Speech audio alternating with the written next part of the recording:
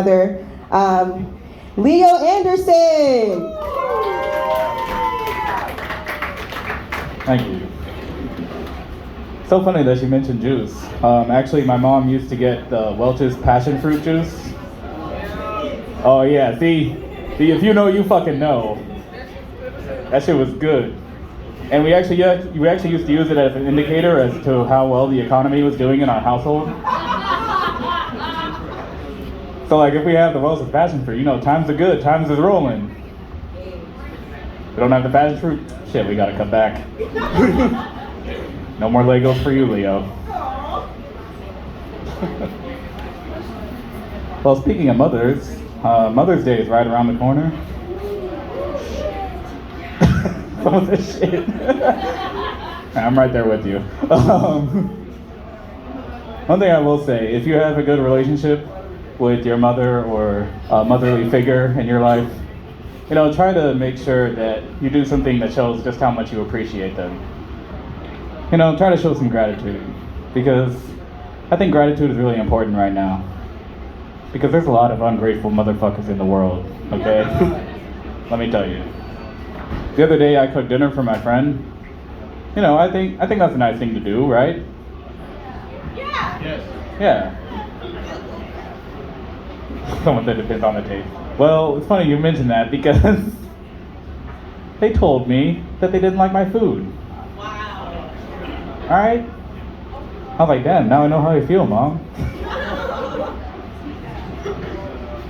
I was like, damn, you could at least lied or something, you know? Just take the plate, put it face down in the trash. You know, we all know how to do it. But I had to figure out more. I was like, what did you not like about my food? And he said that he could taste the hate in my food. What? What do you mean by that? I was like, what are you talking about? So he pulls up this tweet on his phone from this white woman. I don't think the fact that she was a white woman made me angry. I mean, maybe it did, but that's some internalizing I have to do. But this tweet basically said that she's not taking her friends anywhere to eat where the staff hate their job. Because apparently, you can transfer energy as you're cooking food. Like all that negative energy gets transferred into food and the food tastes worse. Now I know that's full of shit, okay? Because if you've ever been to Waffle House, as soon as you pull up, you see the cook out back smoking. That's a stressful smoke, alright? And you know that shit is gonna be good. That cook will get up there, they'll be cursing their family, be cursing their kids, be cursing their job, and still serve you the best goddamn plate of eggs, hash browns, and bacon you will ever get at 3 a.m. Fuck you, IHOP. See, I have to say that because I actually used to work at Waffle House. And, you know, it's an experience, okay? Waffle House, as some of you might know, is open 24/7, 365. That means there is literally not a second of the year that Waffle House is closed. That includes Thanksgiving and Christmas. So the first time I was ever working Christmas at Waffle House, I was actually working the graveyard shift, you know, the overnight shift as they call it. That was the busiest fucking graveyard I've ever been to, holy. Around 2:37 a.m., a group of 50 people entered the Thomasville Road Waffle House. I was so confused. I was like, where the fuck did you even come from? And this one guy was just like, yo, bro, we came from the moon. I'm like, this guy, you know, I think he was talking about the local nightclub in Tallahassee, but I would not be surprised if he actually descended from the moon because of how high he was. This guy was on a different ethereal plane. I mean, he was under the influence of every drug in the Dare catalog.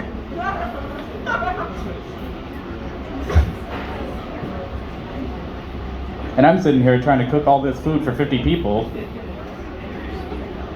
And I can't ignore this guy who's high as hell just talking behind me. At some point, he says just the most wild shit I've ever heard. He's like, yo, bro, what you think happened to Wi-Fi, man? I had to stop cooking. I'm like, what the fuck is he talking about? Wi-Fi. We don't have Wi-Fi. We're a Waffle House. Like, we don't do that. It's like, bro, I don't know. It's just every time I go out to eat at a restaurant or anytime I go to a coffee shop, I see all these signs like free Wi-Fi, bro. I'm like, damn, what did Wi-Fi do to get locked up for so long?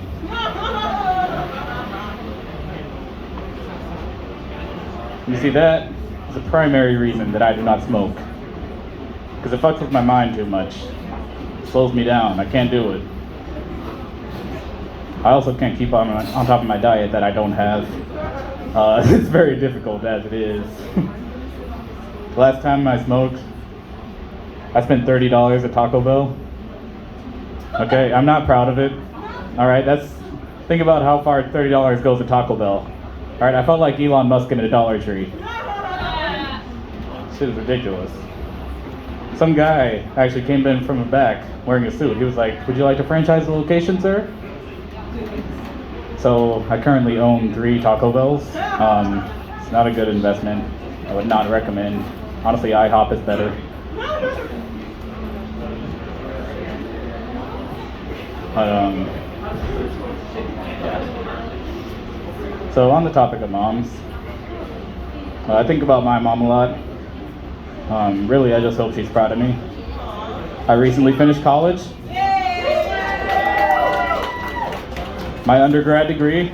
I'm also 26 years old. Take with that what you will. Thank you. That means a lot, actually. That really means a lot. And you know, I think so much about way back when I was just 18 years old in high school. I actually got my first tattoos in high school, and I'm gonna show them to y'all. It's kind of hard with the semi-long sleeves, but. So it's a quote that spans across both my arms. One side says, reality is for the wrong, and the other side says, dreams are for the real. And so that meant a lot to me because it was basically me telling myself that no matter what I do, I'm always going to be working towards my goals. I'm always going to be working towards my dreams. I'm not going to let the weight of reality try to hold me down. And so with that said, I am a manager at Panera Bread. And all I will say is that reality is not so wrong when you got bills to pay, people, all right? Thank you. I've been Leo.